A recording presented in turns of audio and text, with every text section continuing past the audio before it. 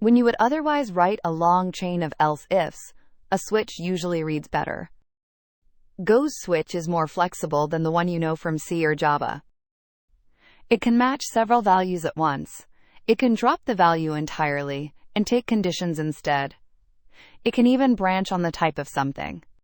And it quietly fixes the single most notorious bug in C-style switches. Switch day means take the value in day and compare it against each case in turn. And here is the first thing Go adds. A single case can list several values, separated by commas. Saturday or Sunday, both land here. Day is Saturday, so we print weekend and nothing else in the switch is looked at. Default runs when nothing else matched.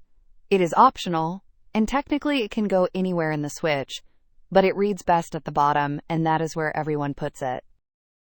In a language without multi-value cases, you would have written two cases for Saturday and Sunday and stacked them on top of each other.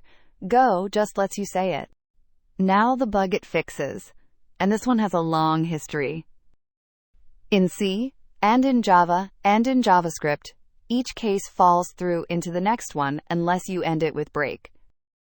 Forget that break and your code silently runs the next case as well. It has caused real outages, and every one of those languages has linters devoted to catching it. Go does the safe thing automatically. Every case stops on its own. You never write break at the end of a case in Go. There is nothing to break out of. If you type 1, it does nothing. Occasionally, you genuinely do want one case to continue into the next. Go lets you, but you have to say so out loud. The key word is fall through, and it goes at the end of the case. So n is 2, we print 2, and then we deliberately fall into the case below and print 1 as well. Also notice the top line. Just like an if, a switch can declare a variable before the value it tests. Switch n : equals 2, semicolon, n. That n only exists inside the switch, which is exactly the same scoping trick we saw with if. In practice, you will hardly ever write fall through. The point is that when you see it, somebody meant it. It is not a forgotten break. Here's the form you will probably use most, and it surprises people. Leave off the value entirely. Just write switch, then the brace.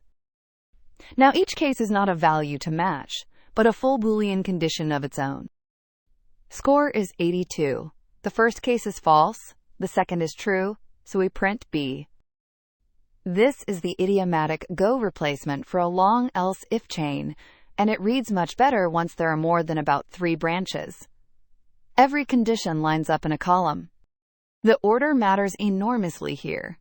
Cases are checked top to bottom, and the first one that is true wins. Which is why 90 has to come before 80. Flip those two lines, and every score above 90 would print B, because 82 and 95 are both greater than or equal to 80. That rule is worth saying on its own, because it is the only thing about switch that can bite you. Cases are checked from the top down, and the first one that is true wins. So put your narrowest, most specific conditions first, and your broadest ones last. If you ever find a branch that seems never to run, this is almost always why. Something above it is catching the value first.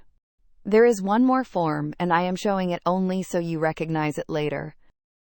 A switch can branch on the type of a value, rather than on the value itself.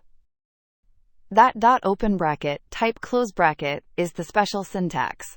It asks, what type is actually in here? Pass it 42, and the int case runs. Pass it hello, and the string case runs. And inside that branch versus really is a string, so len works on it. This only makes proper sense once we have interfaces, which is module 6, so do not worry about how it works yet. Just file away that switch can dispatch on type, and that this is what it looks like when you meet it in somebody's code. 4 things to keep. A single case can list several values, separated by commas. You never write break. Cases do not fall through, unless you explicitly ask with fall through, and you almost never will. A switch with no value after it turns every case into a full condition. That is the tidy replacement for a long else-if chain. and the first matching case wins, so order matters. Narrowest conditions first. Switch in Go is genuinely nicer than in the languages it borrowed the keyword from. Your turn. Given a month as a number, print its season. December, January, and February are winter. March, April, and May are spring. Then summer and autumn the same way. Pause and write the whole thing. Here are the first two cases, and the rest follow the same shape. This is exactly what multi-value cases are for. 3 months per season, listed on one line each, and no repetition at all. Month is 4, which is in the second case, so we print spring. Try writing that as an if-else chain and compare them. The switch version is about half the size, and you can see all 4 seasons at a glance. That is switch. Multiple values per case, no accidental fall through, and a form with no value at all that replaces long if chains. Next up, and it is the last piece of control flow, defer, a small keyword that changes how the whole language handles cleanup.